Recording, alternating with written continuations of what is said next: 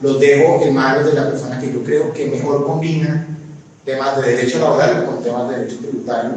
El doctor Sandoval, además de ser nuestro gobernador, es una persona que sabe explicar esto, que para muchos de nosotros es chino avanzado. Entonces, pues, él trata de traducirlo al español y esa es la gran ventaja y la gran acogida. Entonces, ustedes saben, en este momento no tengo las referencias de cámaras que tenemos en internet conectadas, pero tenemos 200 personas inscritas hasta esta mañana para esta charla virtual y tenemos prácticamente 60 personas presenciales por las trancones no legales. Doctor Sandoval, el auditorio es todo suyo, muchísimas gracias. El colegio le agradece su colaboración y su participación en este foro. Muy buenas tardes a todos. Primero, muchas gracias, señor gobernador, por esta invitación tan generosa que me hacen de compartir estos temas tan difíciles. No son tan chino avanzados, además porque ahorita cuando comencemos a meternos en el bolsillo de cada uno, seguramente se van a dar cuenta de la necesidad de tener que dejar de ser chino avanzado para poder interiorizarlo en nuestro día a día, y le mostraremos ejemplos y gráficas de cómo nos va a impactar con más detalle esta reforma tributaria. Gracias también a todos los que están presentes, a todos los amigos de las diferentes ciudades, de Cali, de Medellín, Barranquilla, todo el territorio nacional, también por el esfuerzo de estar acá conectados con nosotros en este programa. Yo no puedo estar más de acuerdo con lo que acaba de decir nuestro gobernador. Este va a ser un año de muchos cambios, de muchos retos, ya lo estamos viviendo. Prometo y trataré de hacer todo el esfuerzo para no emitir opiniones políticas dentro de este espacio, que queremos que sea técnico, pero lo cierto es que las reformas que se están dando en la forma como se están presentando nos están generando un reto bastante importante. Para todos los colombianos, lo importante es que al final del día realmente lo que surja en el Congreso de la República obedezca realmente un consenso democrático real y participativo, y no solamente digamos a una reforma en la cual no se genere este tipo de discusiones. ¿Qué les quiero compartir? Miren el entorno en el que estamos en este momento. No sé si ahí estaré bien con la cámara, si lo ven en la presentación, no sé si los que están en streaming también la puedan ver por ahí. Pero tenemos reforma laboral, tenemos reforma pensional, tenemos reforma de salud, tenemos reforma tributaria que ya está aprobada. Pero son las reformas, pero el mundo no se acaba en el derecho, el mundo trasciende el derecho, ¿ya? Y tenemos de las tasas de inflación más altas que hemos tenido en los últimos tiempos, con las tasas de interés más altas de los últimos tiempos. Tenemos en este momento las organizaciones, si todavía no nos hemos dado cuenta, tal vez uno de los principales retos que vamos a tener durante este año va a ser el tema de productividad y va a ser el tema de retención y talento. ¿Por qué lo digo? Porque con todos estos incrementos que nosotros estamos teniendo acá, mucha gente va a tener la necesidad de tener que aceptar un puesto de trabajo por un dinero que le pueda ayudar a solventar los retos económicos que le está dejando la reforma tributaria. Si nosotros, desde el punto de vista de gestión humana, como abogados laboralistas, porque nosotros como abogados laboralistas somos los que usualmente nos sentamos y hablamos a los directores de recursos humanos, vicepresidentes, al presidente de la compañía, tenemos que dejar siempre de manera prioritaria la agenda del derecho laboral y de la gestión de recursos humanos de manera prioritaria. Esto no puede ser un tema secundario ni terciario, tiene que estar siempre en la agenda prioritaria de todas las organizaciones.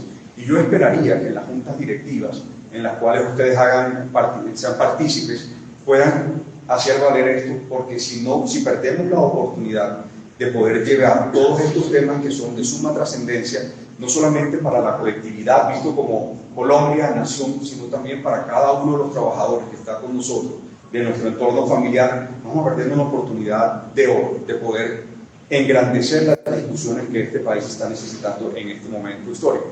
Entonces, tenemos altas tasas de interés. Muchas personas en este momento, primero, vienen ya con unas deudas que son grandes, pasaron las vacaciones y hubo reforma tributaria. Cuando estuvimos en el evento de Cartagena, en noviembre, les dije, ojo con las vacaciones, Porque ojo con las vacaciones quiere decir que si yo salgo y me endeudo con mi tarjeta de crédito va a ser un endeudamiento 3 veces o 4 veces más caro del que estaba teniendo a comienzos de año. Entonces muchas personas, realmente las fiestas decembrinas y todo el momento lo hicieron.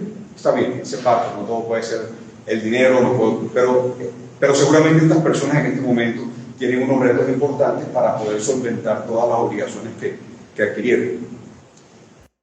La pregunta que a veces es necesario que nos hagamos, desde el punto de vista de lo laboral, unido con el tema de gestión de recursos humanos y ahora con la reforma tributaria, es nuestro esquema de compensación es lo suficientemente versátil para poder responder a esas necesidades.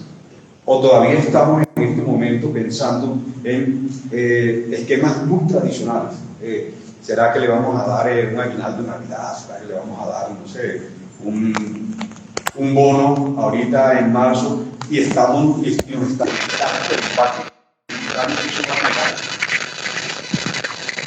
sabemos que esta persona posiblemente va a terminar recibiendo gran parte de la comunicación o de la prestación que va a estar recibiendo por ocasión de la reforma tributaria. Y lo que vamos a estar teniendo dentro de las organizaciones es una frustración grande a nivel de trabajo. Por eso tenemos que cambiar la invitación que, por lo menos en lo que yo considero abierto, por supuesto, a todas las opiniones totalmente diferentes que puedan existir, es en este momento histórico en el cual nos toca cambiar nuestra forma de pensamiento también. Seguimos siendo abogados, pero no podemos desconocer la realidad humana que trasciende lo que está en el contrato de trabajo y tenemos que poner también la realidad económica también de personas que vienen apuntando el crecimiento económico y este tipo de la reforma tributaria, más de los cambios, seguramente van a tener un retroceso en su capacidad de generación de ingresos que va a terminar a la postre dando entorno familiar. Entonces, seamos un poco más conscientes de esa circunstancia. Por lo menos es una invitación que yo estoy haciendo. Cuando hablamos de impuestos, nosotros siempre cometemos unos errores. Y es que yo trabajo en una compañía A y ocupo el mismo cargo de mi compañero. Ambos somos gerentes de una línea de negocio. Y cuando le llega el extracto al gerente, resulta que a él le pagan más y le practican menos retención en la fuente. Entonces, ¿qué es lo natural que siempre hacemos? Salir y decir que la compañía me está practicando la retención en la fuente a mí, y claro, el recursos humanos y el de nómina a mí no me llevan en la buena, entonces seguramente me está quitando más. No. Cada uno de nosotros es único desde el punto de vista de lo tributario, porque si uno tiene un hijo, ya hace una diferencia. Si uno tiene un pequeño aporte a FC, hace una diferencia. Si uno tiene un crédito hipotecario, hace la diferencia. Y no es la realidad de todas las personas que están trabajando. Así que no cometamos el error de decir el que está al lado es el preferido porque está recibiendo más. Tal vez la invitación que tenemos en este momento, con esta reforma tributaria tan dura, es todos los pesos cuentan. Y el peor error que podemos hacer en este momento como trabajadores, como asesores, como gestores de recursos humanos, es considerar que lo mismo que estábamos haciendo el 31 de diciembre me va a generar el mismo resultado positivo para este año. Nosotros nos quedamos en nuestra cabeza con el resultado de si yo hago el 30% de ahorros a la AFC, eso no paga impuestos. Eso es falso. Dejó de ser falso hace mucho tiempo atrás, pero en este año va a ser más falso todavía. Pero tenemos todavía en nuestra mente que ese es el escenario con el cual yo puedo ahorrar mis impuestos. Y por ahí no es. No quiere decir que no haga aportes a la AFC. No quiere decir que a través de la AFC pago mis créditos hipotecarios. Quiere decir que me toca en un acto de responsabilidad propia con mi familia y desafiando el chino avanzado que decía Camilo, de entender por qué me están descontando lo que me están descontando y cómo puedo hacer para mejorar todo mi sistema de ingresos en la organización en la que corresponda. Y esto aplica tanto para independientes como para empleados, etc. Y eso es lo que queremos mostrarles hoy. ¿Cuáles son esas alternativas? ¿Qué podemos hacer? En el escenario en lo que hemos venido hasta este momento y bajo este entorno, la gran pregunta que nos hacen al equipo todos los días es: ¿cómo voy a hacer para bajar mi retención? ¿Y cómo voy a hacer para pagarme los impuestos? Es una pregunta muy difícil, pero hay algunos espacios y algunos espacios nuevos que ya hablaremos. Por ejemplo, que todavía sigue estando bastante desaprovechado desde el punto de vista de lo tributario. Aquellas personas que estén en el régimen de ahorro individual con solidaridad pueden hacer aportes voluntarios a lo obligatorio. Y este es uno de los mejores beneficios tributarios que todavía se conservan para bajar tanto retención como impuesto de renta, y no lo usamos. Y está bien que no lo usemos. Digamos, tiene unas limitaciones, porque si yo pongo un peso en esa cuenta obligatoria, pues me va a tocar dejarlo, porque si no las sanciones en un retiro pues van a ser altísimas. Entonces, si es plata que necesito de aquí a antes de pensionarme, hay que buscar otra opción. Pero ahí está la opción para aquellas personas que tengan de pronto un excedente y que quieran disminuirlo. Ahí está esa opción y es muy buena opción. Pero en las discusiones también, yo les digo, comencemos a desafiarnos de lo tradicional, de lo que hasta el 31 de diciembre teníamos. Por ejemplo, hay muchas organizaciones que tienen la capacidad de hacer préstamos. Si hoy en día estamos recibiendo los préstamos con los intereses más altos, yo puedo hacer préstamos a un interés de cero, o a un interés más bajo del comercial, lo cual estimularía no solamente la retención del talento, sino que adicionalmente le va a generar un mejor sentimiento económico al trabajador. Es decir, en lugar de pagar el 40%, pues pago el 1%, o el 2%, el 5%, el 10%, total, que sea un mejor interés al comercial. Me estoy enriqueciendo o me estoy evitando un gasto mayor en este momento histórico. Por ahí hay planes institucionales de pensiones, ¿no? Yo creo que muchas organizaciones, Estado Mutual y Protección, y todos buscando diferentes formas.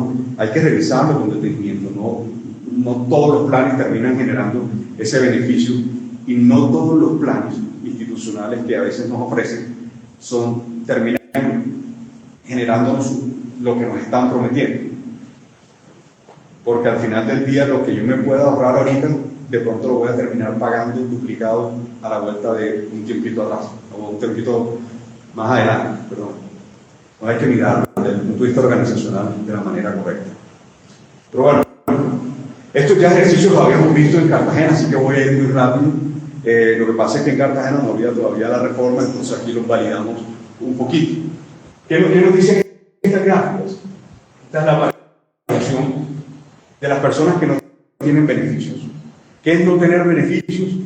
Todos nosotros, como trabajadores, o que bueno, la gran mayoría son trabajadores, tenemos algo que se llama renta exenta, y es un beneficio que tenemos por recibir un salario, que equivale al 25%, con unos límites. No hay que hacer nada, no hay que presentar documentos, no hay que presentar. Pero hay una parte adicional que sí se compone de diferentes beneficios. Ahorro a la cuenta para fomento de la construcción, las AFC, fondos voluntarios de pensiones, los que tienen dependientes, los que tienen créditos hipotecarios pagan intereses, esos intereses también se pueden descontar. Medicina prepagada, en fin, ahorita los vamos a ver con mayor detenimiento esos beneficios. Pero hay personas que no tienen nada diferente a renta exenta.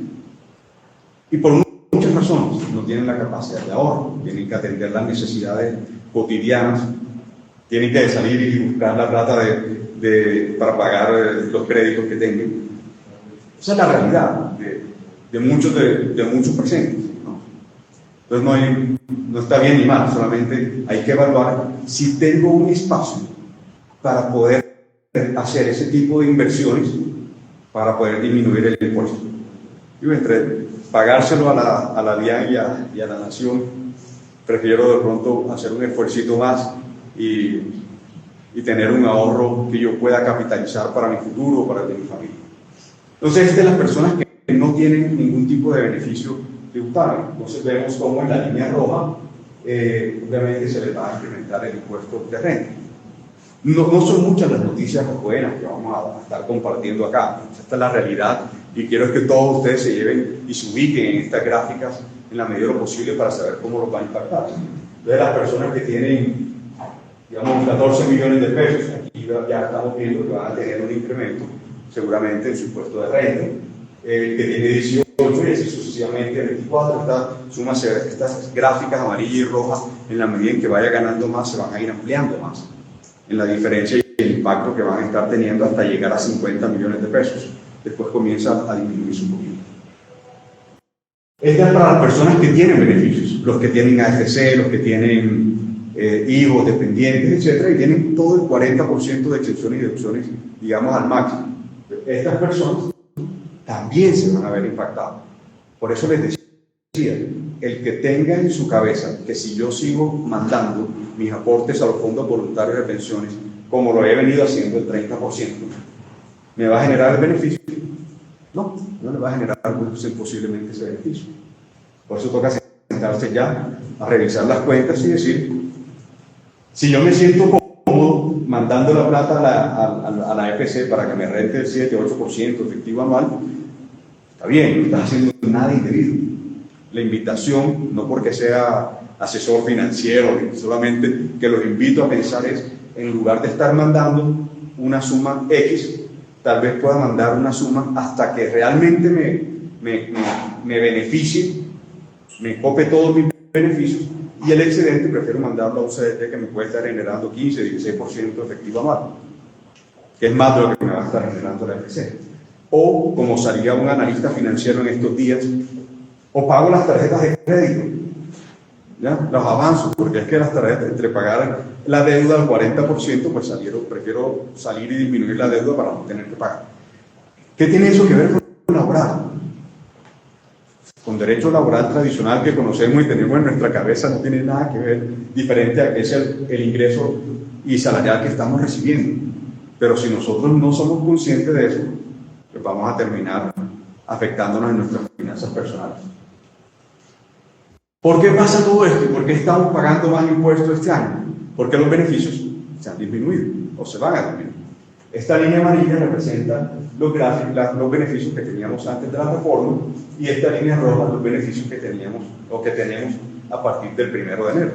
Entonces, como vemos, antes teníamos más beneficios, quiere decir que podíamos pagar menos impuestos. Ahora tenemos menos beneficios, pagamos más impuestos. Una regla sencilla. No hay mucho tema. Entonces aquí lo extendimos para que viera la gráfica.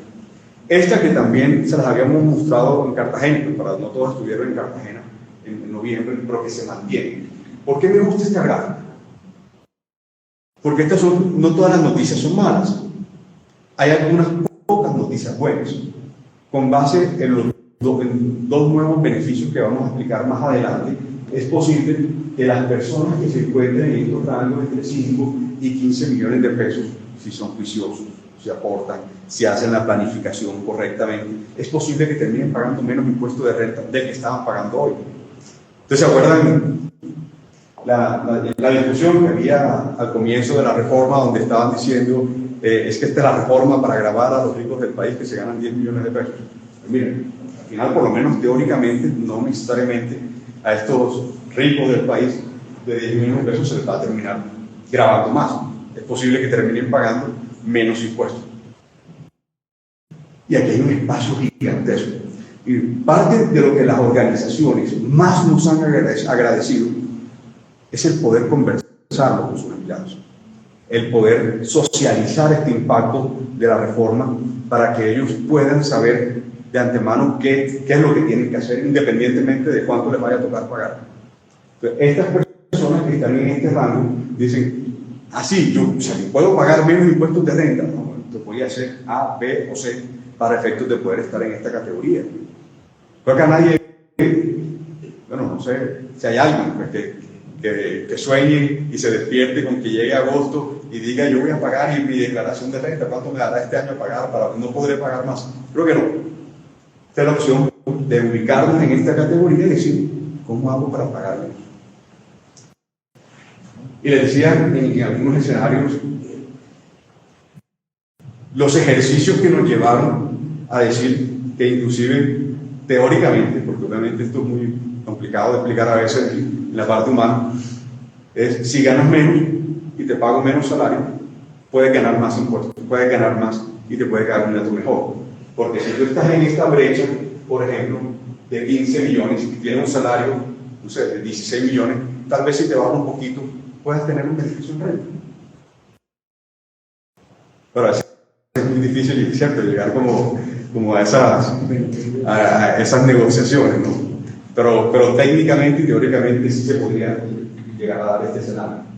Y esta línea amarilla son las personas que tienen planeación, es decir, los que tienen capacidad son juiciosos y tienen todos los beneficios tributarios. Miren que la línea amarilla es a quienes más van a impactar.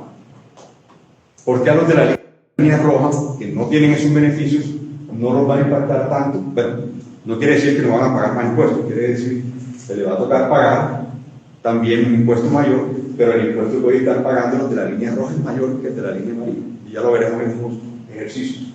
¿Qué quiere decir? Que el de la línea roja, si sigue sin hacer absolutamente nada, su incremento, su impuesto también se va a incrementar. Aquí vamos, doctor Camilo, ¿todavía seguimos en chino avanzado o vamos un poquito aterrizando? ¿Qué dicen? Ya, bueno. ¿Cuáles son esos beneficios? Para hacerlo más, que tengan, estos son los casos. Yo tengo que revisar, a veces que la gente se olvida. Tuve un hijo, la alegría del momento y se nos olvidó informarle a la empresa que habíamos tenido un hijo, se le olvidó a alguien en nómina con tomate, ¿no? O en mi renta no lo uso. Aquí hay hijos menores de 18 años, entre 18 y 23 años, que estén estudiando, que nos dan un beneficio. Pero aquí, esta ciudad va a ser chino avanzado, ¿no? Para darte el gusto en esto.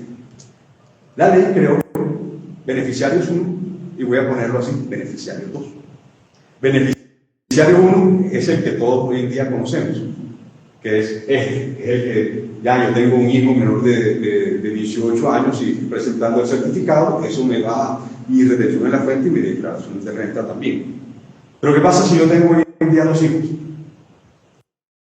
Solamente me puedo tomar el beneficio por uno. El otro se lo toma la concha o el cónyuge.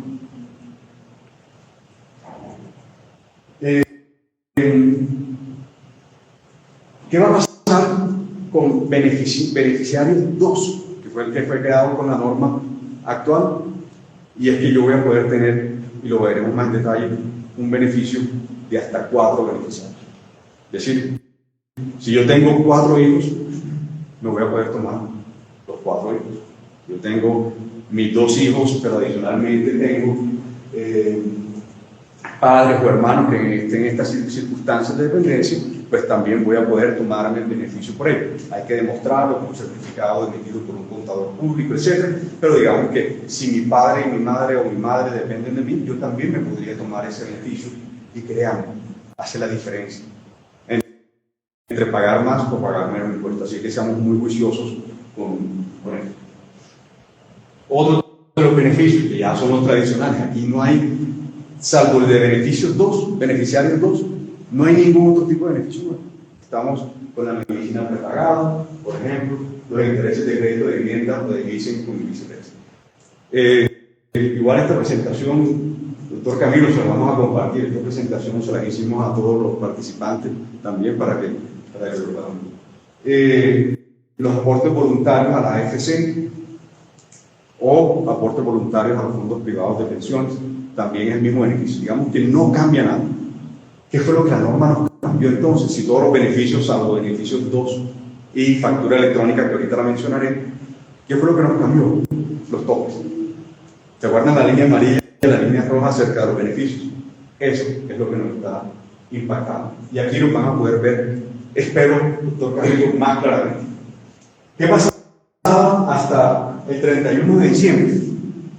Y el 31 de diciembre siempre hemos tenido un límite del 40%, vigente desde hace varios años, limitado a 214 millones de pesos al año. ¿Qué podíamos incluir? La renta exenta laboral, de la cual ya hablamos, los dependientes, hasta un dependiente, recuerden en ese momento, la medicina prepagada, los intereses, los aportes voluntarios de AFC.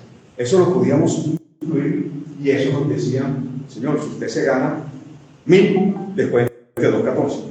Claro, poner un número bastante de abogado raro, ¿no? Eso sería lo máximo. ¿Qué nos dice la reforma tributaria? Ya no van a ser 214, se lo vamos a dividir entre 4. Es decir, que a partir del 1 de enero solamente tenemos 57 millones de pesos al año. Por eso, la línea amarilla y la línea roja de disminución de beneficios nos los quitaron en quitaron 2/3 partes. Eso quiere decir que vamos a tener una mayor base para pagar impuestos. No cambiaron las tarifas, los beneficios son los mismos, salvo 2 que ya mencioné, pero nos quitaron los beneficios de alivio, por lo menos el tope, y por esa razón vamos a pagar más impuestos. Hay dos nuevos beneficios, el de dependientes, que les decía, que dan hasta 4, y hay otro que se llama factura electrónica, así lo distinguimos, y es todas las compras de que nosotros podamos hacer de bienes o servicios. Ahora tenemos, cuando ustedes van al restaurante, cuando ustedes van a alguna parte, les pregunten, ¿quiere factura electrónica? Entonces a veces nos da pereza porque nos toca llenar a mano, en lapicito, pero lo ideal es que lo hagan, porque entonces el restaurante, el bar, donde ustedes vayan, va a tener la obligación de poner en su base de datos y decirle, yo le vendí un bien o un servicio a Carlos Mario Sandoval identificado con esta cédula, y en teoría, porque digamos eso hace parte de un proceso que todavía está en construcción por parte de la DIAN, toda esa información la van a recopilar en algo que se llama medios exógenos y van a decir, señor Carlos Mario, usted durante el año 2023 usted hizo compras por un valor de tanta plata, así que yo lo autorizo para que se descuente un 1% de esa plata que usted compró. Entre más plata gasta, voy a tener un beneficio, o sea, como el sueño de muchos. Pero,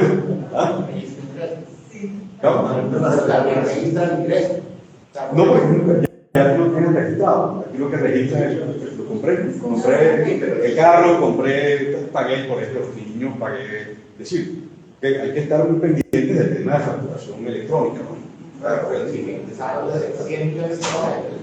Y que aparte compras con 140, pues estoy tácitamente reconociendo que tengo $40. Pero de pronto ese ahorro que le tienen de otros años, después. No, más, ya saben uno debe tener la plata que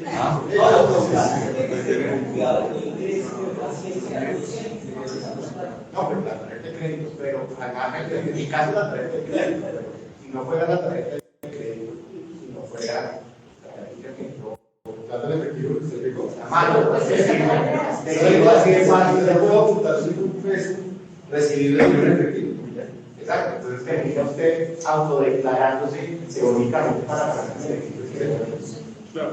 Entonces ahí no le convendría más esos 40. Siempre convendrá más la bolsa negra.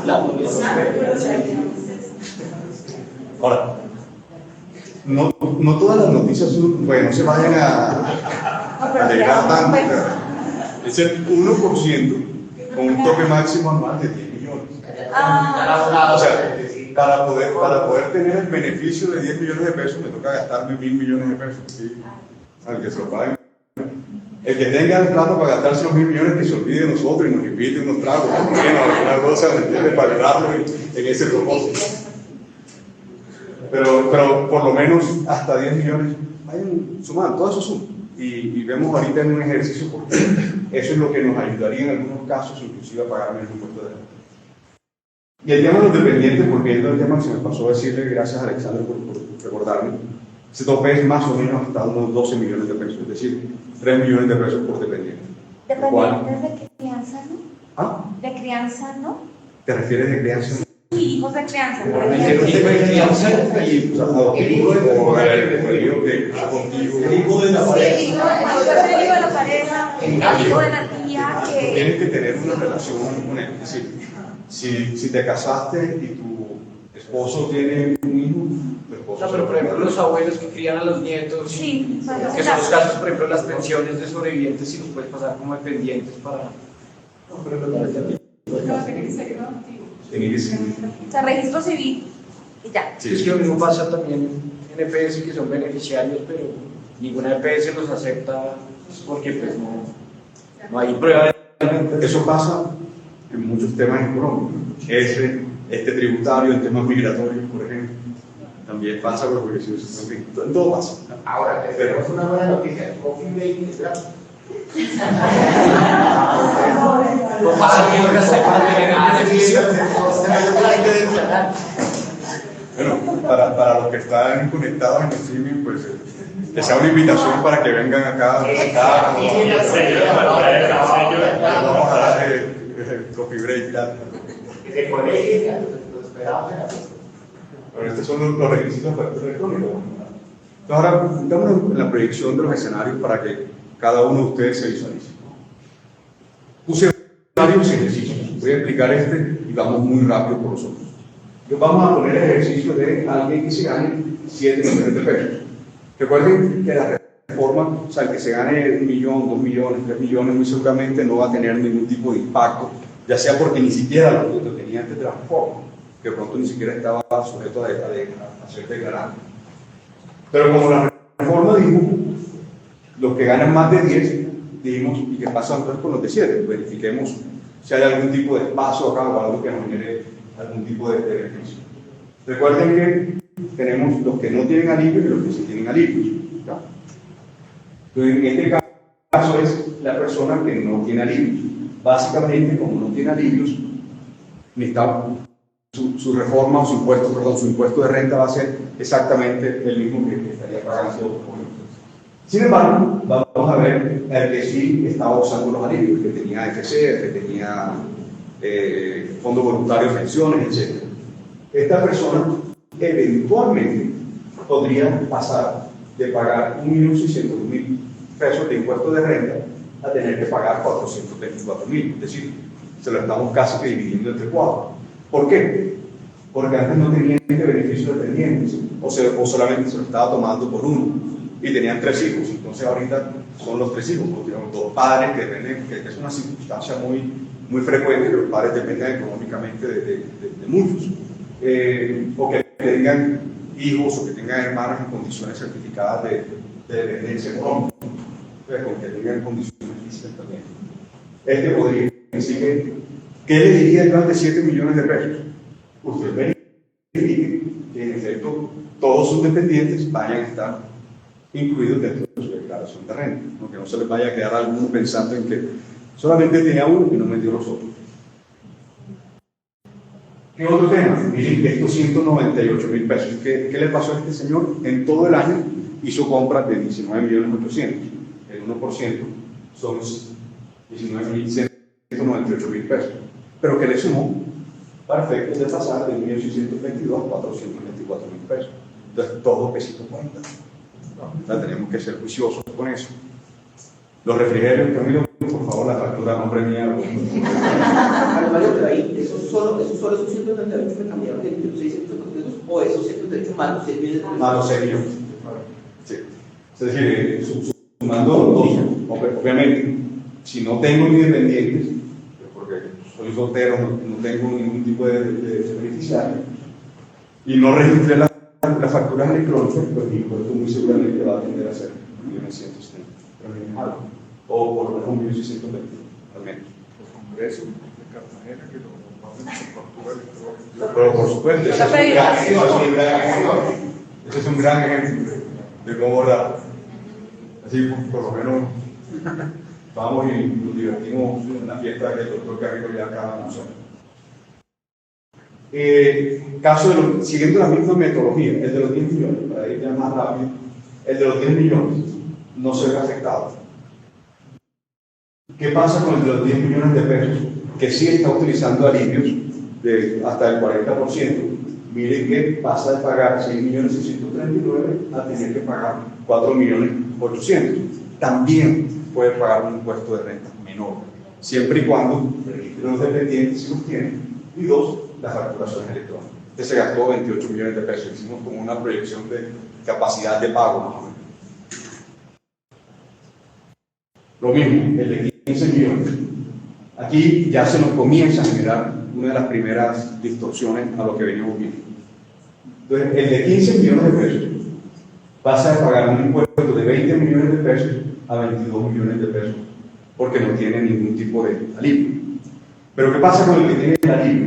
Es decir, el que está ahorrando, aún con los dos nuevos beneficios, pasa de pagar 13.200.000 a tener que pagar 14 millones. No es mucho. Sí es mucho, o sea, 1 millón de pesos, ¿entiendes? Hace mucha diferencia. Eso significa casi como 200.000 pesos, 200 y pico mil pesos adicionales, ¿ya? Que a mucha gente pues, lo necesita. Pero subimos, y recuerden que la curva es ascendente y se va abriendo. Entonces, entre más, obviamente el impacto va a ser mayor.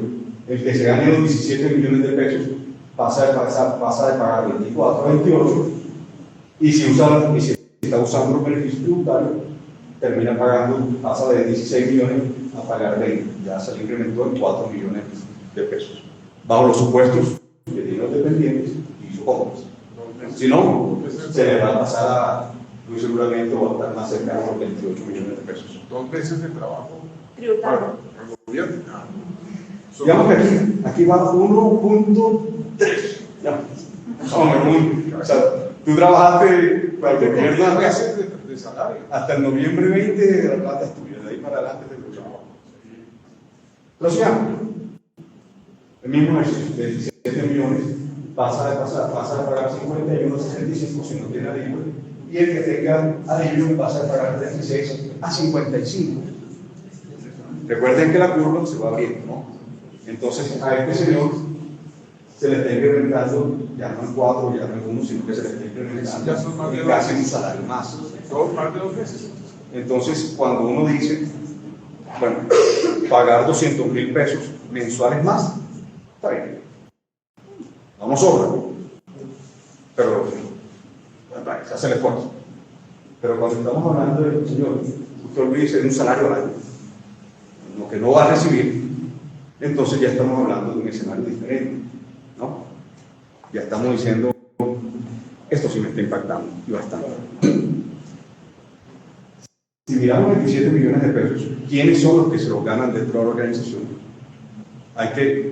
Yo me preocuparía en lo que hablaba al comienzo, productividad, retención del talento, este señor que tanto va a poder dormir tranquilamente, ya sabiendo que le va a tocar buscar 27 millones de pesos,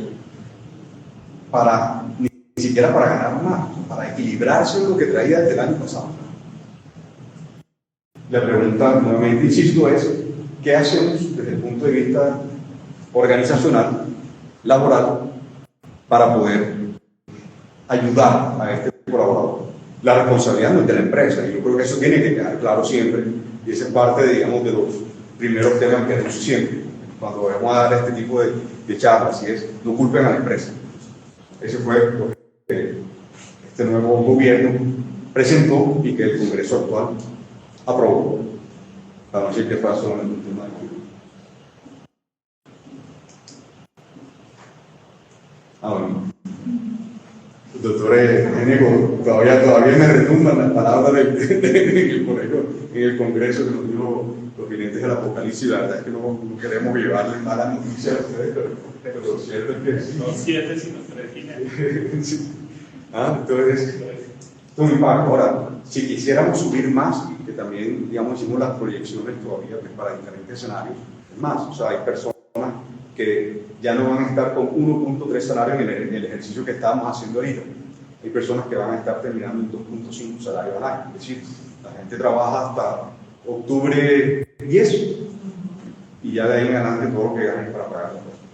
Esa es la realidad de esta razón. ¿Cómo se pagan impuestos? Recuerden, aquí... ¿Quieres dar esperación de 50 millones? Igual que quiera, yo se lo puedo mandar sin ningún problema, y está todo proyectado hasta 100 y pico millones de pesos. 100 y pico millones de pesos. No, que tenemos los ejercicios proyectados hasta casi 180 millones de pesos. Sí, pero ojalá que fueran varios los que están presentes aquí conectados. ¿Por qué vamos a meter retención en la fuente? Porque eso es lo que siempre les van a estar preguntando, ya ustedes. Y cada vez más es frecuente que inclusive los mismos sindicalistas y trabajadores nos estén diciendo, oiga, a mí me está afectando mi retención en la fuente, ya yo necesito que usted me ayude a ver cómo hago para disminuir mi retención en la fuente. La retención en la fuente es un mecanismo anticipado de recaudo del impuesto de renta anual. Yo podría pedir lo contrario, que me descuenten más pues, para planear mejor cuando vaya a pagar. Sí, y ya ¿Se te voy puede a hacer? Sí, y ya te voy a mostrar por qué vale la pena hacerlo. Una gran pregunta aquí. No, ahora que mencionas el tema de los sindicalistas, dentro de la reforma quedó que los beneficios en pactos y convenciones quedan una especie, no eran ingresos constitutivos de renta. Pero cuando son pagos indirectos.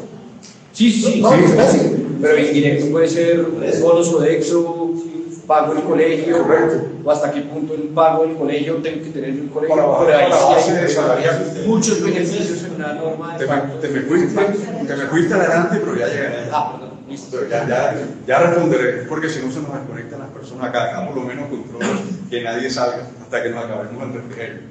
Los que están conectados, pero ese es el último punto que tengo en la presentación, porque me parece que es de lo más importante y las discusiones que hemos estado teniendo con las empresas son espectaculares, son de verdad muy interesantes. El incentivo al sindicato y a realizar la convención. No, eso es solamente pensar hay que, yo digo que es el momento, como dije anteriormente, de generar nuevas propuestas, como estaba en el cuento del Principito, o sea, hay que comenzar a mirar fuera de la caja, ¿me entiendes? En este momento. De pronto no te gusta lo que te vas a encontrar, pero de pronto algo encuentras y de pronto te sirve. Pero bueno, aquí básicamente la retención en la fuente nos descuentan mensualmente. En términos prácticos, ¿qué quiere decir? Que si mi impuesto de renta es 1.500 y a mí me descontaron 1.200, en la declaración me toca pagar 300 en este ejercicio, que es muy sencillo, ¿cierto? La pregunta es, pero es que yo no quiero tener que salir en agosto a buscar los 300. Entonces tú le puedes decir a la empresa, levantar la mano y decir, yo quiero que me descuenten más retención. Y puede ser por porcentaje, puede ser por valores fijos, etc. Depende de la compañía. Hay diferentes formas de hacer la solicitud. Y lo estamos recibiendo permanentemente. Este punto es bien importante. Yo lo había anunciado, así que hay veces que no, ya la información llega un poco tardía cuando ya la decisión está tomada, pero hay dos procedimientos, que es el 1 y el 2, fácil, nunca se me puede olvidar. ¿Cuántos procedimientos hay? Dos, el 1 y el 2, sencillo. El 1 es, sencillamente, todos los ingresos, hago las restas y las múltiplos y las cosas, y al final lo comparo con una tabla. ¿Listo? Que está en la ley. Y la otra es, me toca tomar el promedio del último año, si lo hace la empresa, me toca al promedio del último año quitarle las exenciones, las deducciones, etc. Y eso me da un porcentaje que ellos calculan. Y ese va a ser el porcentaje que va a estar vigente semestralmente. Las empresas ya hicieron este ejercicio en diciembre, así que los que estén en procedimiento 2, que yo creo que aquí le pregunto uno, es eso, señor gobernador, que como es chino, a veces no nos queremos meter, uno le pregunta, ¿tú estás en procedimiento 1 y procedimiento 2? Nada nominado y en qué procedimiento estoy. Por eso deberíamos hacer parte de nuestra cotidianidad, es parte de nuestro manejo de finanzas. Esto va a estar vigente por el primer semestre del 2023 y en junio hacen otra vez otro recálculo y vuelven a calcular un porcentaje que va a estar vigente de junio a diciembre. ¿Por qué es importante? Vamos a volver a los cálculos. ¿Se acuerdan del de 7 millones de pesos? Del de 7 millones de pesos tiene unos ingresos, pongamos diferentes ingresos, prestaciones, etcétera, sociales, ¿ya? Y tiene un impuesto de 3.107.000 pesos, que era el que nos había dado, ¿cierto? Por procedimiento, ¿cuánto me van a descontar de retención en la fuente? 1.704.000. Por procedimiento 2, 1.408.000. Entonces mucha gente dice, ay, no por procedimiento 2 porque me están descontando menos. válido. Pero tenga en cuenta que cuando le toque pagar el impuesto de renta, le va a tocar pagar más impuesto de renta. Entonces, uno dirá, ¿no? Sí. Entonces, muchos dicen, yo he escuchado esta historia tantas veces, no, entonces yo tengo la capacidad y voy a hacer una planificación y prefiero jugar con el dinero para ponerlo a producir. Y ponerlo a producir fue que se fueron para Cartagena y vacaciones y todo, y no produjeron, produjeron en ocio y en otras cosas más divertidas, pero no produjeron financieramente. Entonces les toca venir a pagar y buscar la plata prestada para pagar el impuesto de renta. Entonces, la verdad que no se llega a ese punto. El de 10 millones, igual. A este señor el impuesto de renta era 11.248.000. En procedimiento 1 le van a descontar 6.200.000 y en procedimiento 2 7.331.000. Es decir, este señor paga 4.600.000, le va a tocar pagar 4.600.000 en procedimiento 1 y 3.918.000. Para ir rápido con estos ejercicios, igual como se los vamos a compartir, ustedes buscarán, y este es en mi caso, y si no, pero... Una pregunta, ¿quién determina qué procedimiento 1, procedimiento 2? ¿La empresa decide el procedimiento 1 o ese trabajador el contribuyente que dice, yo quiero procedimiento 2?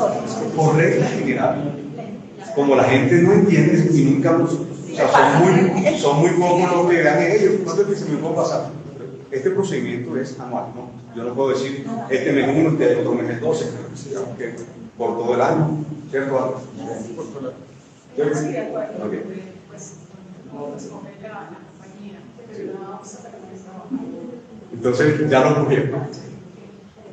Entonces, la compañía, ¿pero qué hace usualmente y por regla general?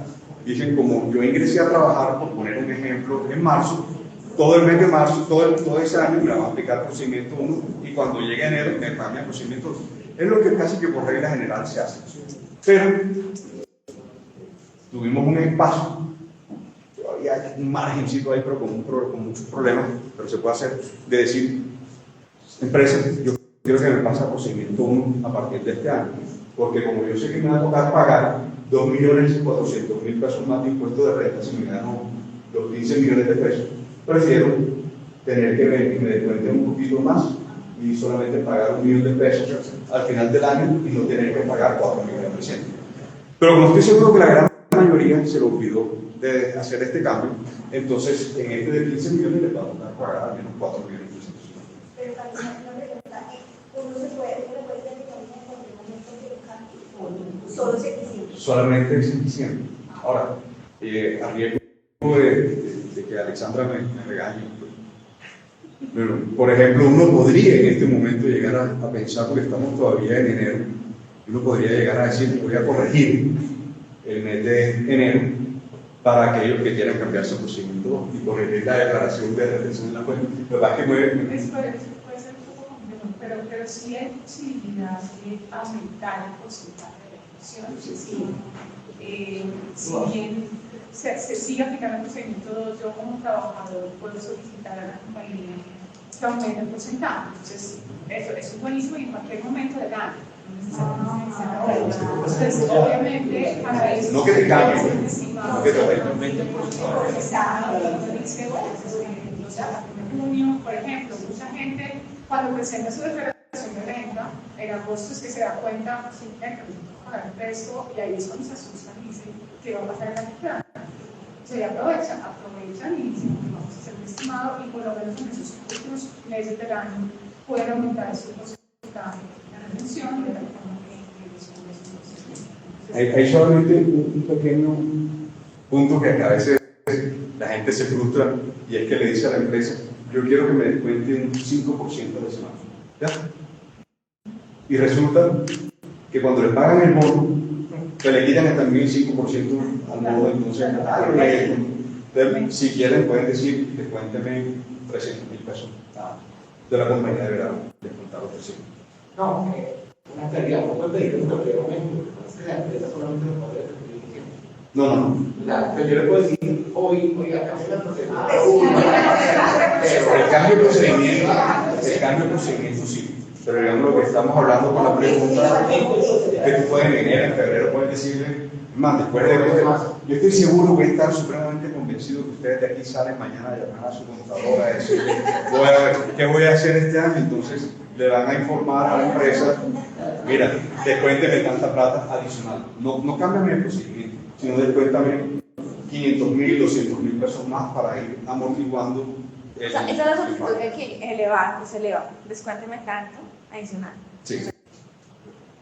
Aquí está también, miren, que este señor de 27 millones, habíamos dicho que le tocaba pagar 13 millones de pesos más.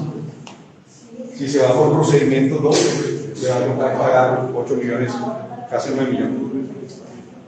Claro. Pregunta que hubo en la reforma y es, ¿había alguna deducción o algo por donación o fundación que se acabó o no existía? Sigue existiendo, ¿cierto? Pero ya no existe. Las donaciones a las fundaciones siguen existiendo. Porque mucha gente de las fundaciones dijo que la reforma se iba a impactar negativamente. Sí, sigue, obviamente sí con algunas restricciones, pero sigue habiendo y es un descuento tributario, es decir, no entra dentro de todas las limitaciones, sino que afecta específicamente al impuesto. Pero sí hay algunas limitaciones. Si creían que las malas noticias pasaban. Ahora vamos a entrar en lo más divertido de estos cálculos. Esto ya no los habían visto, esto los preparamos para ustedes hoy. Las retenciones en las fuentes, que ya vimos el mecanismo anticipado de recaudo. ¿Qué pasa a la persona de 10 millones de pesos? El que tiene sin alivio básicamente va a tener la misma retención en la fuente durante todo el año. El que está usando los alivios tributarios, miren, la retención de la fuente va a ser más baja. O sea que el mensaje para que vean es: hay que hacer, buscar los alivios tributarios, por más que sean 56 millones de pesos, hay que buscarlos en la medida de las capacidades de cada uno. Vamos a ver este, porque aquí ya se me va a complicar un poco. ¿Qué nos va a decir esto? ¿Cuál va a ser el comportamiento? La norma nos está diciendo que anualmente tenemos esa bolsita de beneficios de hasta 56 millones de pesos. ¿Cierto? Anteriormente, es más, todavía hay algunas empresas que todavía lo siguen haciendo, ahí hay una discusión al respecto, pero digamos, la sugerencia y como la forma que interpretamos debería hacerse es: anteriormente tomaban los 200 millones de pesos, los dividían entre 12 y mensualmente ese era el tope del beneficio, tanto por sentencia del Consejo de Estado como la forma en como interpretamos la reforma es: esto tiene que hacerse de manera mensual. Es decir, es posible que yo llegue al mes de junio y ya no tenga más beneficios, ni dependientes, ni fondos voluntarios, nada, porque ya me comí los 56 millones de pesos. Recuerden que tenemos la renta exenta, que la renta exenta es automática, 25%, ¿no? Así que lo que nos da campito para llegar a ese 40% son los otros beneficios. Pero puede llegar a un punto en que ya me comí los 56 millones de pesos al año. Entonces, nada de lo que hagan les va a generar más beneficios. Es decir, si yo sigo en mi cabeza diciéndole, pero yo voy a seguir mandando los aportes voluntarios a... Bueno, pueden mandarlo, ¿no? Diciendo que no lo hagan, pues sencillamente ya no les va a generar un beneficio tributario. Carlos Sandoval, juicioso movimiento que dijo. ¿Y qué hizo? ¿Cuándo se me van a acabar mis beneficios tributarios? Y a partir de qué momento me toca decirle a nómina que no me haga más los descuentos de fondo voluntario si no los necesito para algo adicional. Y más bien prefiero meterlo en algo adicional, en gastar factura electrónica a ver si eso me da beneficio. Además se lo pongo, usted tiene una FC de 5, ya se lo cogió un niño, cuando lo quite, se lo va a comer la reducción, entonces no va a poder gastar. De los 5 que usted mandaba a la FC, lo sube a la base para la reducción, esos 5 ya no van a ir para la FC, sino van a ir para los primeros años de pago. Pues al menos 2 millones de pesos. Sí, pero entonces, miren esta gráfica para que subir, ¿no? Entonces fueron los cálculos, obviamente, son proyecciones, ¿no? En las líneas tienen los valores de los salarios, para que se ubiquen cuando lo puedan ver mejor, si de atrás no lo pueden ver, o no, la presentación es civil. Pero, por ejemplo, el de 50 millones de pesos, lo que quiere decir es que le están haciendo una retención que puede ser alrededor de 7.800.000. En marzo ya se comió casi todo. En abril ya no tiene nada. Es decir, a partir de abril, la retención en la fuente de esta persona le puede saltar de 7.800.000 a 14 millones de pesos. Para que cada uno haga su cuenta. Los rojos, exactamente los 40 millones, o de pronto uno más de 20 millones de pesos, que es esta línea verde, digamos que tiene todavía un campo hasta julio. En julio, muy seguramente habrá consumido la totalidad de sus 56 millones de pesos, comenzará la línea siguiente y le tocará pasar de aproximadamente 2 millones de pesos a casi unos 4 millones de pesos de retención. Esa es la realidad de lo que vamos a tener. No lo vamos a cambiar, salvo que haya una demanda de inseguridad. Hay que encender las velitas porque lo disminuyen. Y si no, tienen que planificarse. Los que tienen cualquiera de estos topes, en octubre, en junio, julio, en abril, hay que programarse para saber si sigo haciendo los mismos beneficios o me cambio.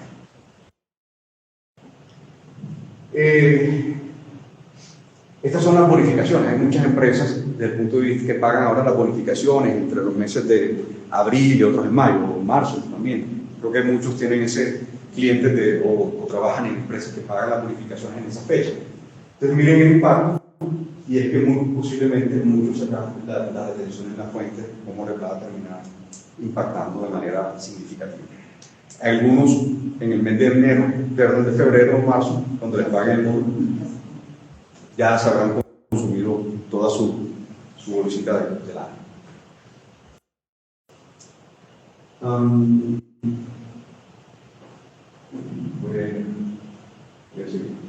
Entonces, por razones de tiempo, para no... La retención para indemnización progresiva y bonificación de retiro, sí, también es igual. Sí, es igual, pero también tiene que tener los mismos, los topes.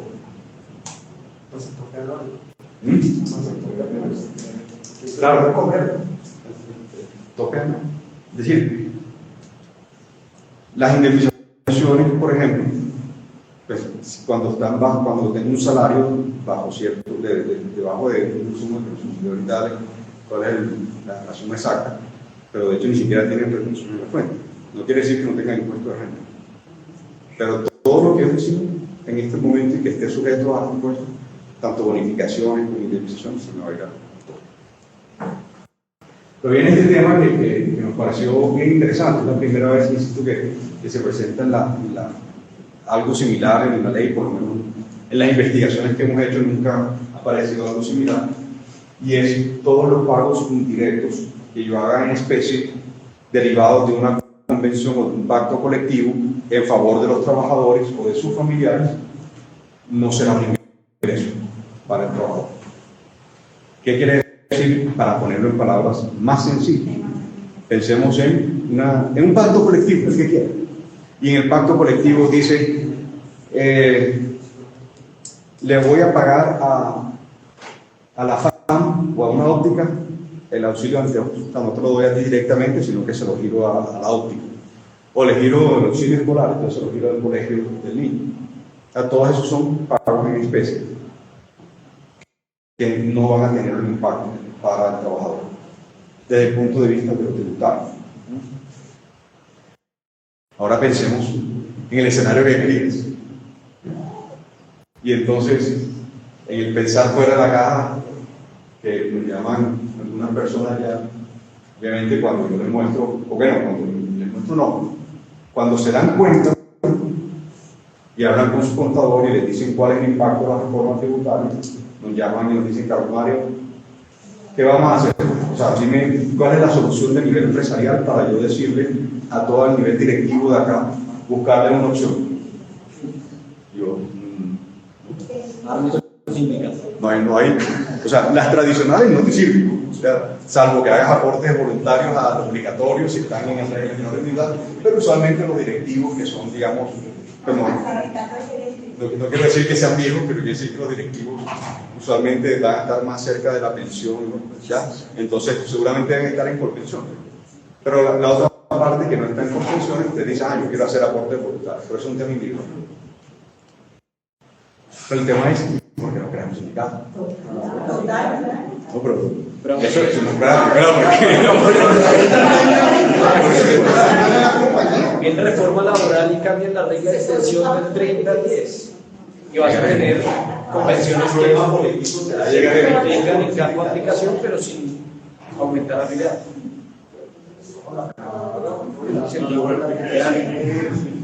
Don Germán, si te dicen que vas a ser parte del sindicato y te vas a ahorrar, ya te van a decir, ¿quién? A cambio del 1% de cuotas sindicales, pues negocio. O sea, ¿cuánto cuesta?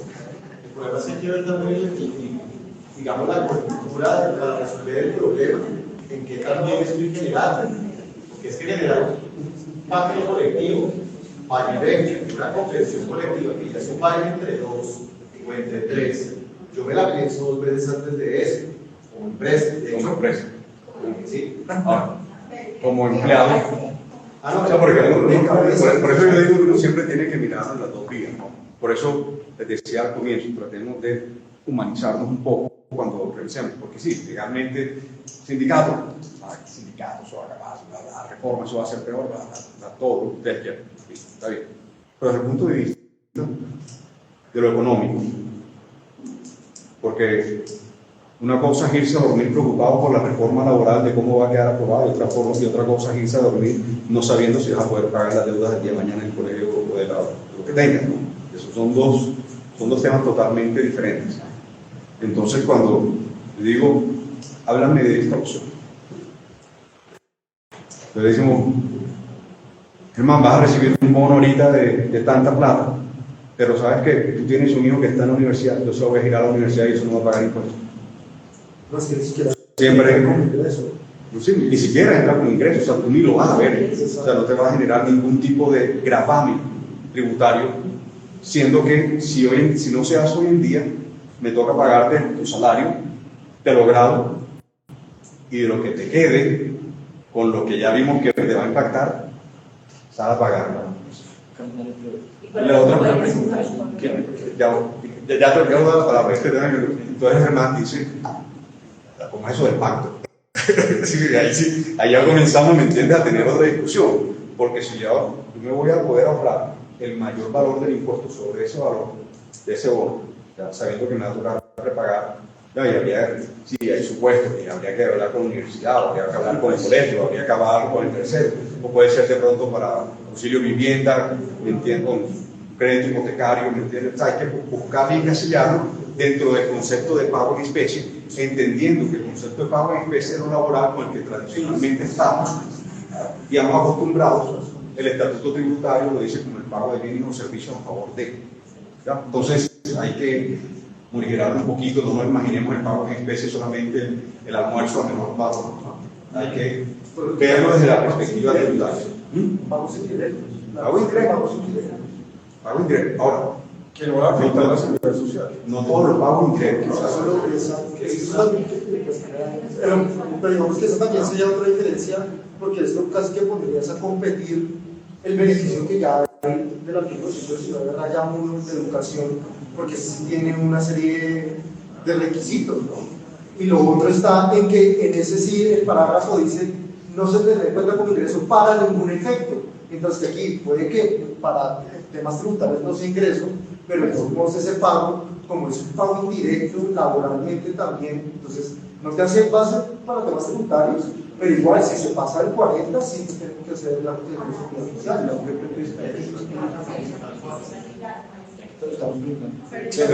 Pero entre esto con saldos. Pero entre, si ese fuera el tema, entre pagar sobre el excedente del 40% del impuesto de renta, ¿Cómo queda esto? Porque yo entendería que las normas tributarias no admiten una interpretación tan amplia como el resto de normas. ¿Cómo queda esto con el laudo que me está mencionando, pero que es equiparable a cualquiera de los dos desde lo laboral, y con planes de beneficios, que la Corte Suprema ya tiene sentencias donde asimila los planes de beneficios a los pactos colectivos. Te voy a decir la respuesta que estoy seguro de que cualquier congresista te daría. Se nos olvidaron los laudos. Sí, es una de los laudos que es más clara. Se nos olvidaron los laudos. Esto no tiene discusión. Es más, de hecho debo confesar que a mí me genera ciertas dudas sobre la constitucionalidad todavía de esta norma. O sea, no lo voy a demandar, porque quede claro, no voy a ser yo el que voy a demandar la norma, esperaremos a ver quién se aventura de pronto a hacerlo. Pero si me preguntaran, me parece que, primero, esto no tuvo ningún tipo de debate. ¿Ya? Eso lo aprobaron a pupitrazo y creo que ni siquiera se dieron cuenta y nadie lo cuestionó. El tema es si esto pasaría el test de igualdad y el test de razonabilidad sobre cuál es la población vulnerable que quiero proteger y que justificaría el tratamiento desigual.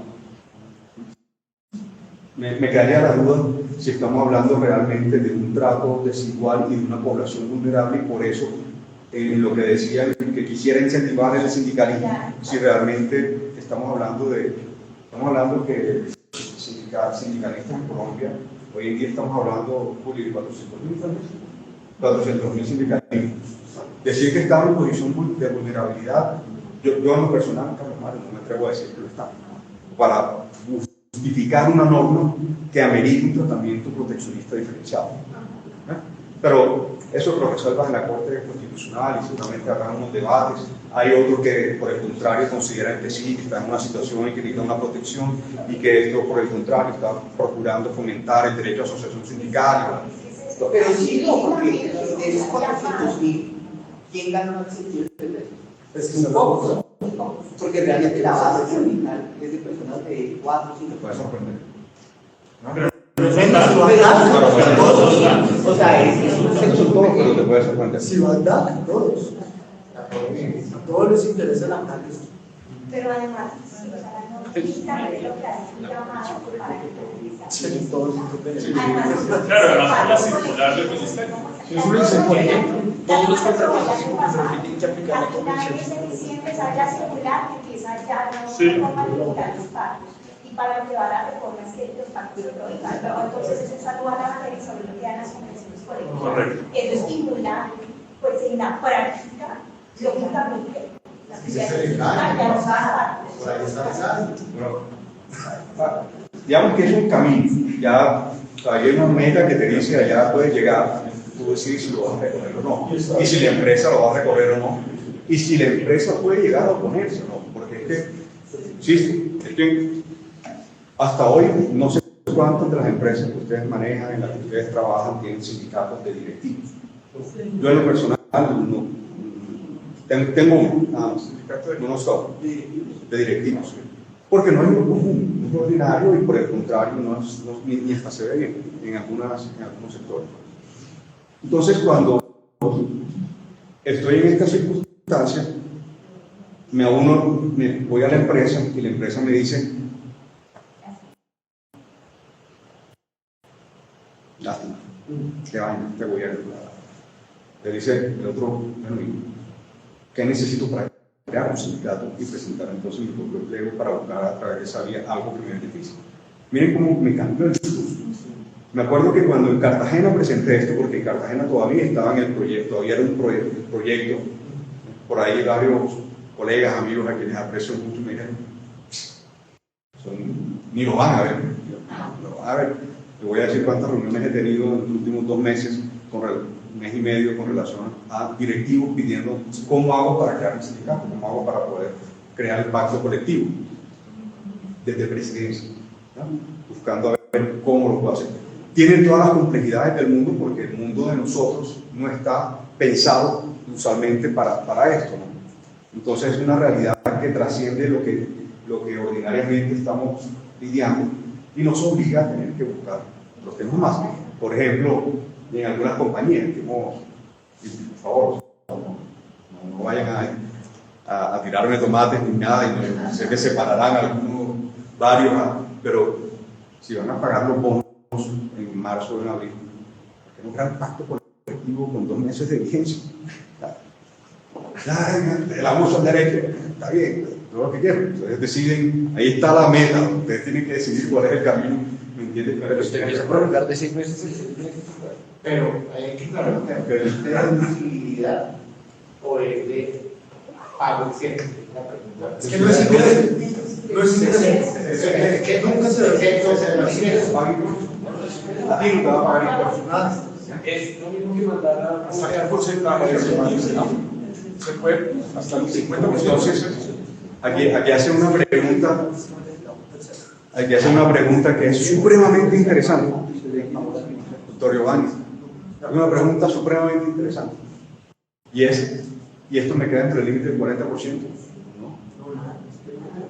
Esta norma quedó por ahí, huérfana, eso no está entonces no hay ningún toque. Pero esa es la sentencia del Consejo de Estado de 300 años que limitó del 60-40 a una cosa muy específica. Y faltará saber si esa sentencia convenirá. Pero la sentencia del 60, no, pero si la sentencia del 60-40 del Consejo de Estado habló fue de los límites que se puede tomar para la exoneración de los pagos para la ley 1393 de 2010. Pero no es para esto. Pero no, está hablando del 40% del límite de rentas exentas, porque las rentas exentas no es ingreso. O sea, no entra en la cosa, es como mandar el aporte a fondo obligatorio, con la diferencia que tiene a disposición el beneficio gratuito. Están pagando en colegios míos. Yo no digo que lo hagan. Estoy diciendo lo que está en la norma y estoy planteando las discusiones que estamos teniendo y en algunas circunstancias ya comenzamos. Y cuando nos hemos sentado con colegas, ya también lo están haciendo en otras empresas también. Entonces, no quiere decir que salgan todos a hacerlo, quiere decir que se sienten a evaluarlo, porque además una decisión de este tipo no solamente se puede ver desde el punto de vista tributario, hay un tema de clima organizacional, hay un tema de, pues no sé si los directivos son, hay que mirar y analizar, digamos, a los directivos, ¿no? Pues para mirar a ver el grado de conflictividad, el grado de si esto realmente al final sí termina generando un beneficio empresarial, no solamente un tema tributario. Hay muchas cosas que vale la pena revisar, profundizar antes de poder tomar la decisión. Pero si esa es la decisión, hay que hacerlo de la mejor manera. ¿Cuál es a largo plazo? Porque si es una empresa que nunca ha tenido un sindicato, que tiene un sindicato de directivos, pues no va a ser un tema constitucional, porque la base no tiene sindicato. Pues tú no lo estás prohibiendo. No, de acuerdo, pero va a generar. Ese es uno de los riesgos. Ese es uno de los riesgos que siempre. No vas a tener el sindicato base. Ese es uno de los riesgos que siempre, digamos, anunciamos. Es decir, una compañía que no tiene sindicato y que de la noche a la mañana hace un sindicato directivo, nada observa para que creen un sindicato de empleados. Porque es muy diferente en una entidad pública o semipública, en una empresa totalmente privada. El efecto. Sí, pero esos son de los temas. Sindicato directivo. Esos son de los temas que hay que ver. No, que el Ecopetrol lo tiene desde el 76, si mal no estoy. Pero esos son de los temas que hay que, por eso les digo, no salgan en estampida, ¿me entiendes?, a hacerlo, solamente hay que pensar. Cada empresa es única y hay que mirarlo con esa óptica porque sectores son diferentes, hay unos sectores más propicios a tener más grado de conflictividad. En fin, hay que analizarlo bien. Ahora, ¿qué ha pasado? Que ya también estamos haciendo en algunas empresas, ¿no? Entonces resulta que tienen el plan de beneficios, ¿no? Y no se imaginen el plan de beneficios Alianza, que dice yo que hay, ¿no? Me dicen, le estoy pagando a todo el mundo la medicina prepagada y le estoy pagando a todo el mundo el celular, ni se lo quiero a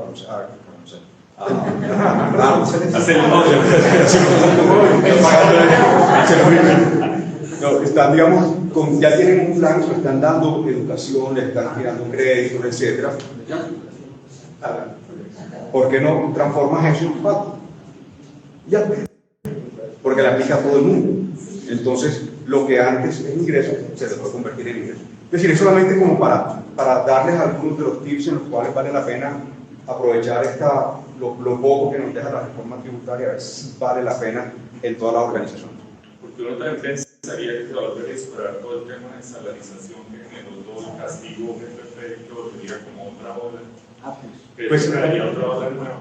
Pues yo creo, o sea, el tema de salarización, en mi posición personal, digamos, no está prohibido, ¿ya? Que la UGPP, digamos, tuvo un papel mucho más activo y fuimos más precavidos con el tema, pero la Corte Constitucional siempre inclusive avaló los planes de regularización salarial, como lo llamó en algunas sentencias.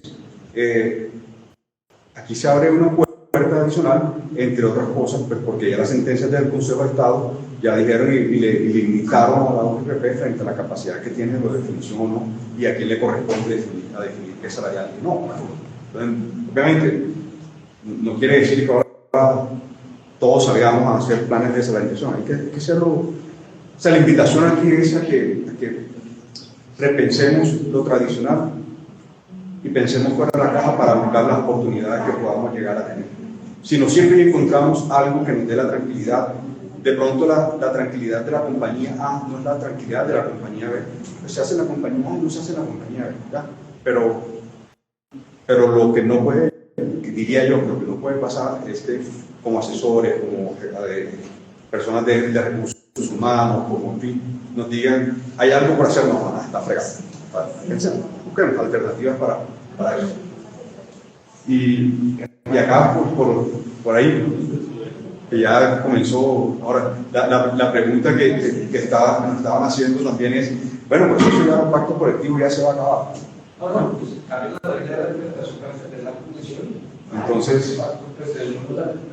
Entonces, por ahí yo creo que posiblemente el tema del pacto, como se va a presentar, muy seguramente tenga los días contados.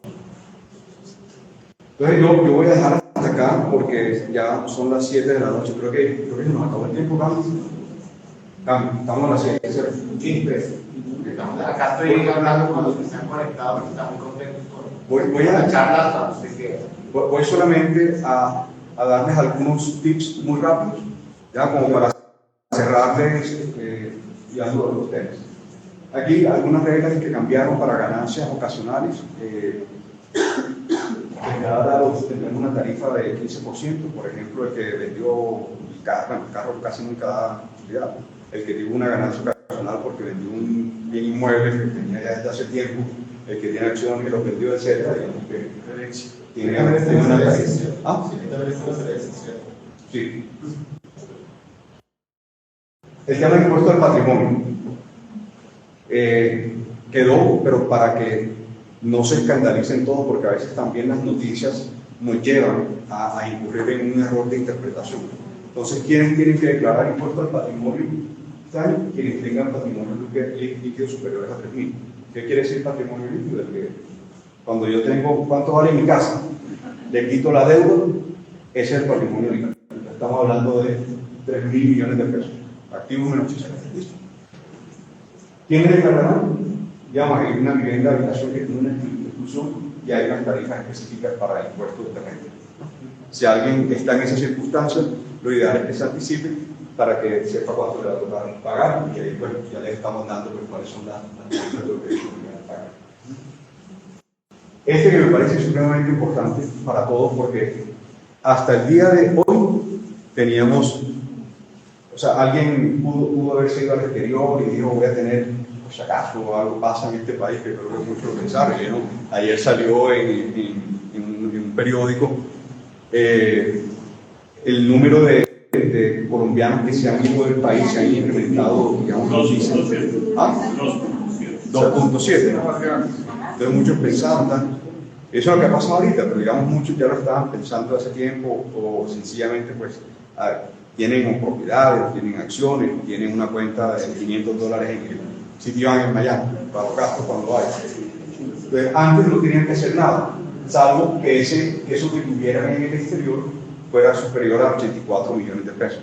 Ahorita no. Ahorita si en teoría tienen la cuenta de Citibank de $500, les va a tocar presentar una declaración que se llama la declaración de activos en el exterior, que va a ser similar a la fecha de presentación de la declaración, la misma fecha de la declaración de renta, donde ustedes le dicen al gobierno, recuerda los que declaran renta, ustedes presentan y dicen mi patrimonio es 100, ahora van a tener que presentar la otra declaración diciéndole, pues de esos 100 yo tengo 500 en una cuenta de Citibank en Miami y también. O, porque uno diría, no se dan cuenta nunca. Nosotros hemos tenido muchos casos de personas que no declararon su patrimonio en las islas de Man, como un movimiento de que a las islas de Man y se va por allá a buscar, que no en Estados Unidos, en otros países con los que tenemos intercambio de información financiera, entonces ya la DIAN tiene esa información. Entonces dice, señor fulanito de tal, hemos detectado en su cuenta, en el Chase o en tal parte del mundo, esta plata, dígame si le incluyó o no le incluyó, y dónde está incluida en su declaración, y muéstrame los soportes. Entonces ya tienen esa capacidad también la DIAN de poder. Entonces aquí ahora sí ya no los aburro más con todo este chino, que espero que haya sido un poquito más sencillo. Chino, solo declarar. Sí, solamente informativo. La declaración de activos en el exterior me toca informar qué es lo que tengo en el exterior. Todo lo que es activo, es decir, todo. Todas las acciones, hay algunos que tienen inclusive planes de pensiones en el exterior. Todo lo que tenga en el exterior, todo tocará incluirlo en esta declaración. Para expatriados. Todo. Porque anteriormente, hasta que los expatriados usualmente tenían más de 84 millones de pesos en el exterior. Pero no era extraño que el mundo lo tuvieran, sobre todo los más chiquitines. Una pregunta. Ese límite del 40%, ¿yo lo puedo obtener con una sola cosa, por ejemplo, con aportes a pensión voluntaria? Sí. ¿O tengo que necesariamente...? No. Okay, porque es que unos ejemplos se veía, por ejemplo, alguien que tiene pensión voluntaria y agregó dependientes, entonces se le cobraba. Pero ¿y si esa persona no tiene dependientes y quiere lo más que se puede hacer, puede con un solo beneficio? Digamos eso, que las diferentes son como el portafolio en el cual tú puedes decidir. ¿Ya? De pronto tú solamente quieres tener AFC porque tiene un crédito de vivienda. Todo lo que puedas hablar se va para pagar el crédito de vivienda. Entonces eso lo puedes solamente con eso.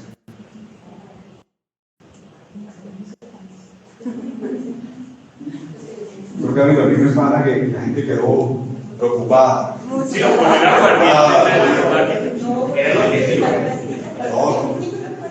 la próxima vez creo que nos va a tocar cambiar el refrigerio de Plazana en Paraná, porque con Paraná Y echarle manejar a la Más harinas. Sí, bueno, entonces, pues primero, más preguntas, dudas, inquietudes, engaños, doctor Delgado, que tenía por ahí una información publicitaria al frente para que quede en cámara además, para que nos ayude con la cámara, no sea malito, para nuestros colegiados al otro lado y la gente que está conectada, que nos ayude un poquito con la publicidad. Entonces, que el doctor Delgado viene, primero, muchas gracias a todos por participar. Fue muy útil el tema, por lo menos para mí lo fue. Y pues hay que hacer cosas. Y hay un mensaje claro para nosotros como asesores laborales, es que no podemos empezar a responder como le hemos venido respondiendo a los clientes durante los últimos 2 meses. No hay nada que hacer. Porque eso es lo, de hecho, venía a la reunión donde la esta vez no hay mucho por no decir que nada.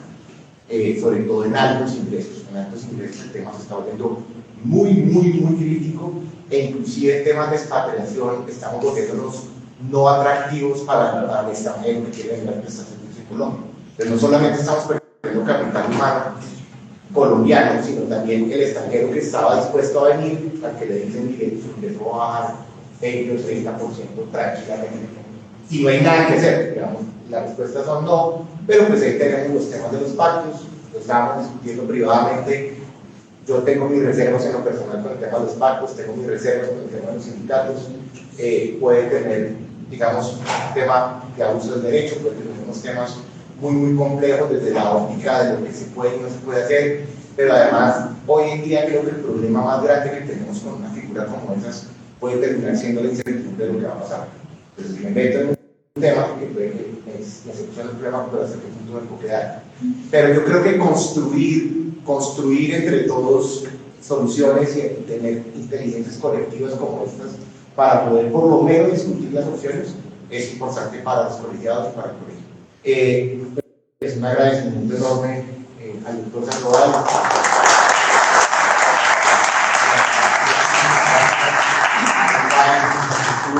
Por todo el apoyo logístico y por toda la organización, de verdad, muchísimas gracias a ustedes por haber venido. Les queríamos compartir un minutico al doctor Delgado, que nos quiere invitar nuevamente. Les hago un recorte rapidísimo de todo lo que tenemos para la gente que se conectó tarde y para los que llegaron un poquito más tarde. Nuestro próximo evento académico es la Cumbre Laboral LEGIS, Colegio de Abogados del Trabajo, todo un día, Hotel Hilton, Bogotá, el 4 de mayo. Entonces, invito a sea que nos haga una presentación breve de lo que tenemos ese día y los invitamos a todos con un precio muy importante para todo el tema que tenemos en ese manejo. Tenemos unas tarifas especiales para colegiados, aprovechenla mucho. El 23 de marzo. 23 de marzo tenemos derecho deportivo.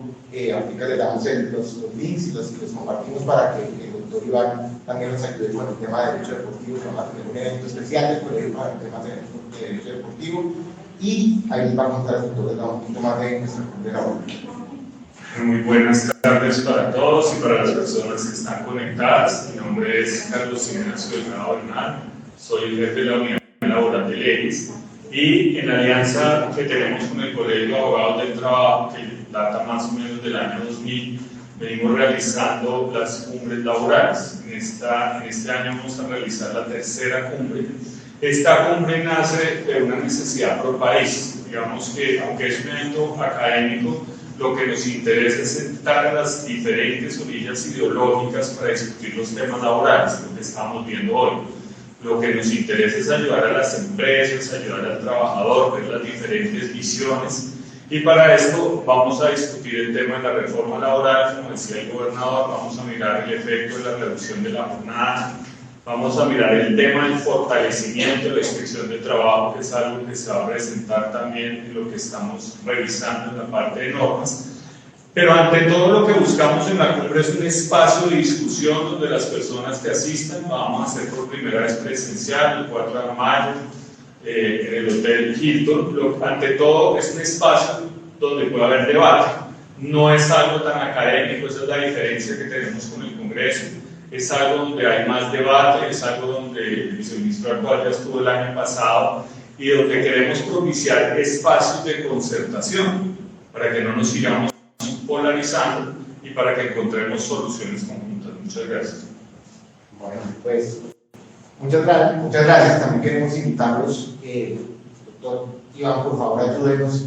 Tenemos un evento el 23 de marzo de Derecho Deportivo, y pues este es nuestro deportólogo oficial del colegio. Entonces tenemos que decir que es el deportólogo, pero de verdad muchísimas gracias, Iván, que ha estado trabajando mucho en Derecho Deportivo y en emprendimientos, de emprendimientos. Es muy importante su trabajo para el colegio. Está a cargo de nuestro boletín académico, y pues hemos venido construyendo nuevamente este boletín, relanzando nuestro boletín. Yo creo que ya en la próxima semana ya tenemos nuestra primera muestra de boletín académico. Entonces los dejo con Iván, que les va a contar un poquito de ese evento y del boletín. Gracias, señor gobernador. Buenas noches a todos los presentes, a la gente que se conectó. Como les digo, Camilo, mi nombre es Iván Jiménez, yo soy además de todo mi camino en colegio, soy profesor de planta en la Universidad Javeriana. Quisiera no dejar pasar la invitación de la cumbre laboral de LEGIS, porque los dos años que ha hecho han estado muy buenos. Yo tuve la oportunidad de estar en la primera con el doctor Echavarría de la ANTI en el panel con el Cosmina, y la verdad es un espacio de aprendizaje muy bueno. Y pues para las personas interesadas en Derecho Deportivo, vamos a tener un evento el 23 de marzo de 2023 en la Universidad Javeriana, en el Auditorio Félix Restrepo, en compañía con el Colegio de Abogados de la Universidad Javeriana, y es una jornada académica en Derecho Deportivo. Vamos a tener, por supuesto, abogados. La idea es tener un panel sobre el modelo de negociación colectiva que hoy está en discusión entre la Federación Colombiana de Fútbol y el Sindicato de Futbolistas, que no es formalmente un sindicato dentro de nuestra legislación, es una agremiación de futbolistas. Vamos a tener unos paneles sobre futbolistas menores de edad, donde nos va a acompañar otro colegiado que es Giovanni González, que está haciendo su tesis de maestría sobre los futbolistas menores de edad. vamos a tener un panel con deportistas profesionales preparándose para el retiro, es que esté Erika Abril, que nos acompaña Leandro Castellanos, ex arquero de la Selección Colombia, y Jairo Suárez, que se ha dedicado a asesorar después de que salió del fútbol profesional, a asesorar a deportistas en el retiro. Vamos a tener también un panel sobre el Tribunal de Arbitramiento Deportivo y otro panel con una de las abogadas que está acá, que es Diana Morales, que es colegiada, que además es deportista aficionada, para hablar sobre cómo es obtener ingresos dentro del deporte aficionado versus obtener ingresos desde el mundo del deporte profesional, con deportes alternativos a los que normalmente generan ingresos. Nos va a acompañar una tenista de squash, sí se dice tenista de squash, que nos ayuda a conseguir Laura Agudelo, que también es deportista aficionada y probablemente también esté en ese panel, que es abogada.